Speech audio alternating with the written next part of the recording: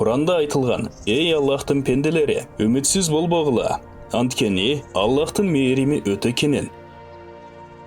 Адам баласы қачан болбосын, үмітсіз болған кезде, анын себеби мындайча болот. Ал бир гана өз мүмкүнчүлүктөрүнө карайт. Эгер ал Аллах мүмкүнчүлүктөрүнө назар таштаса, эч качан үмітсіз болбойт.